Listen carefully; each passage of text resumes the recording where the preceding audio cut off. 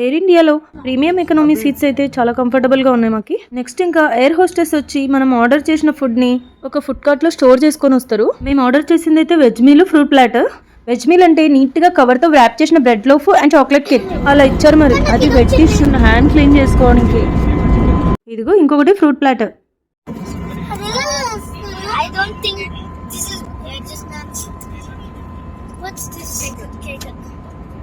Bread loaf పైన garnish chocolate rings అమాంతం కచ్చకచ్చ నమిలేశాడు.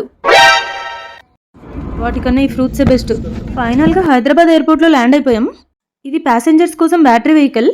Next ఇక్కడ హీరోయిన్ రోజా గారితో అందరూ ఫొటోస్ సెల్ఫీస్ తీసుకున్నారు. చీర్స్.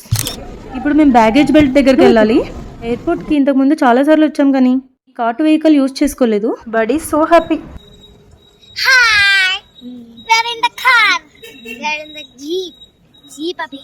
ఈ బుడ్డిగాళ్ళు వాళ్ళకి తెలిసిందే కరెక్ట్. రోజా గారు ఇంకా ఎయిర్పోర్ట్ నుంచి ఫాస్ట్గా వెళ్ళిపోయారు. Bye bye. మేము లగేజ్ కలెక్ట్ చేసుకోవడానికి బ్యాగేజ్ బెల్ట్ దగ్గరకు వచ్చాం. Belt number 2. అమ్మయ్య, మన లగేజ్లు మనకు వచ్చేసాయి. ఎయిర్పోర్ట్ ఎగ్జిట్ నుంచి ఇంటికి వెళ్ళడానికి క్యాబ్ 1200 చూపిస్తుంది. ఎగ్జిట్లో ఎలక్ట్రిక్ క్యాబ్ సర్వీస్ వాళ్ళు ఇలా బ్లాక్ టీ-షర్ట్ వేసుకుని ఉంటారు. వాళ్ళే ఓన్గా ఎలక్ట్రిక్ క్యాబ్స్ బుక్ చేస్తారు. ఈ అమ్మాయి ఉంది కదా, వీళ్ళ సర్వీస్లో బుక్ చేస్తే 1000 రూపీస్ చూపిస్తుంది. ఈ ఆఫర్ ఏదో బాగానే ఉంది కదా అనుకున్నాం.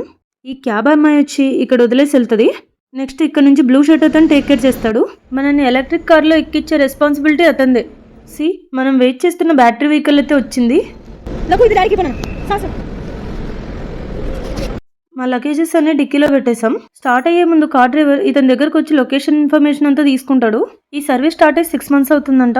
మన లొకేషన్లో డ్రాప్ చేసిన తర్వాత 1000 రూపీస్ పే చేయడమే. So please like, share and subscribe.